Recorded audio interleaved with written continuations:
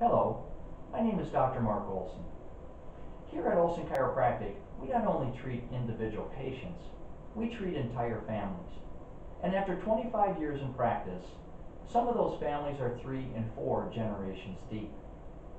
Our family is one of the most important assets that we'll ever have, and keeping everyone healthy should be a top priority.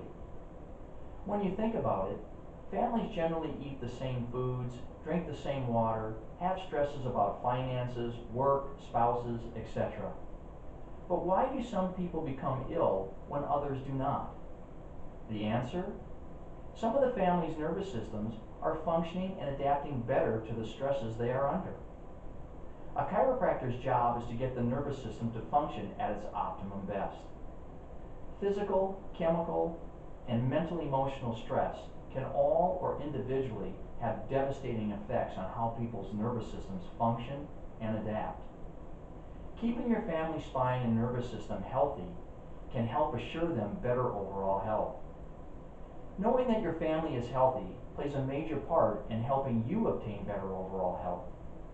Sure, we must get healthy ourselves to be able to care for our spouses and children, but them being and staying healthy allows us to stay healthy as well. Don't leave your family members at home to develop the same things you are being checked for.